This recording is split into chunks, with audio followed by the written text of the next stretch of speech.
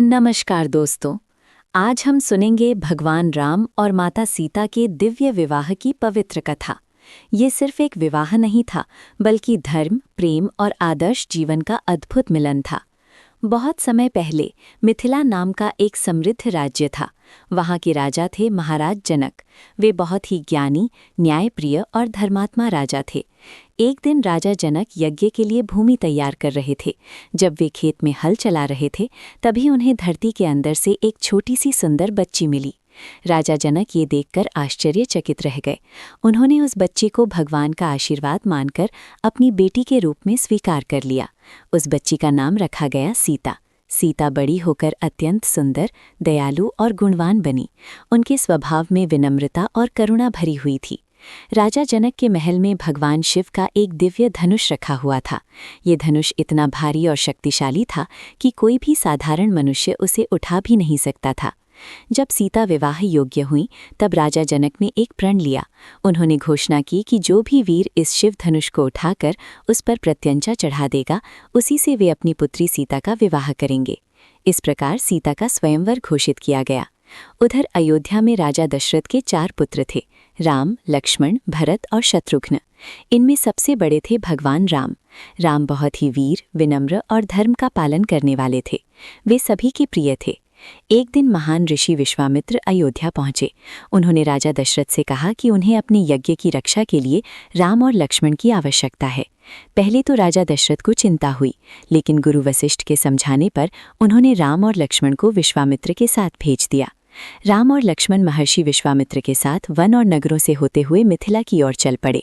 रास्ते में उन्होंने कई राक्षसों का वध किया और ऋषियों की रक्षा की। कुछ दिनों बाद वे मिथिला नगरी पहुंचे।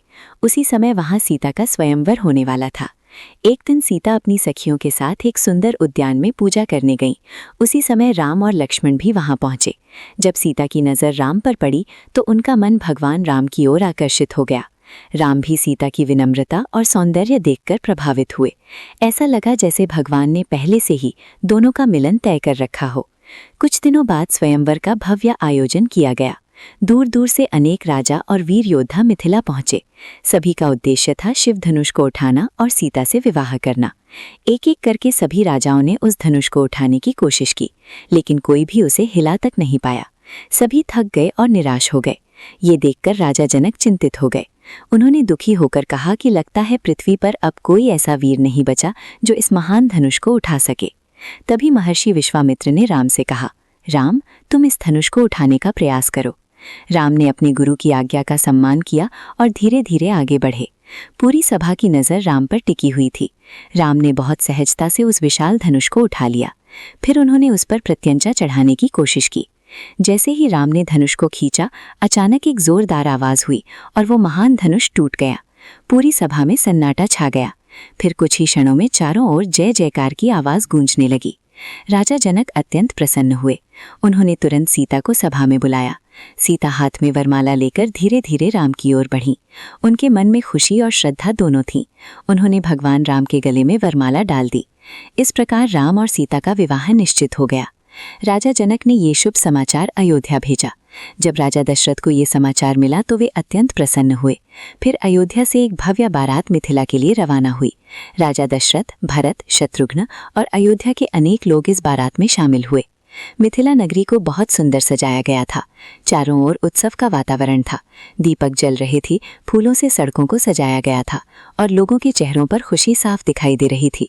विवाह का दिन आ गया। वैदिक मंत्रों के बीच भगवान राम और माता सीता का विवाह संपन्न हुआ। कन्यादान की पवित्र रस्म हुई, हवन किया गया और 7 फेरे लिए गए। इस पवित्र अवसर पर देवताओं ने भी आकाश से फूलों की वर्षा की। पूरा मिथिला नगर खुशी से झूम उठा। इसी समारोह में राजा जनक की अन्य पुत्रियों का विवाह भी हुआ। लक्ष्मण का विवाह उर्मिला से हुआ, भरत का विवाह मांडवी से हुआ और शत्रुघ्न का विवाह श्रुति कीर्ति से हुआ। चारों भाइयों का विवाह बड़े ही धूमधाम और खुशी के साथ संपन्न हुआ। विवाह के बाद विदाई का समय आया। राजा जनक अपनी बेटी सीता को विदा करते समय भावुक हो गए। उन्होंने सीता को आशीर्वाद दिया और कहा कि वे अपने नए घर में धर्म और प्रेम के साथ जीवन बिताएं। इसके बाद भगवान राम और माता सीता अयोध्या के लिए रवाना हुए। जब वे अयोध्या पहुंचे तो पूरे नगर में उत्सव मनाया गया। लोगों ने उनका भव्य स्वागत किया। इस प्रकार भगवान राम और माता सीता का ये पवित्र विवाह इतिहास का सबसे आदर्श और दिव्य विवाह बन गया। ये कथा हमें सिखाती है कि सच्चा प्रेम, धर्म, सम्मान और विश्वास किसी भी रिश्ते की सबसे मजबूत नींव होते हैं। जय श्री राम।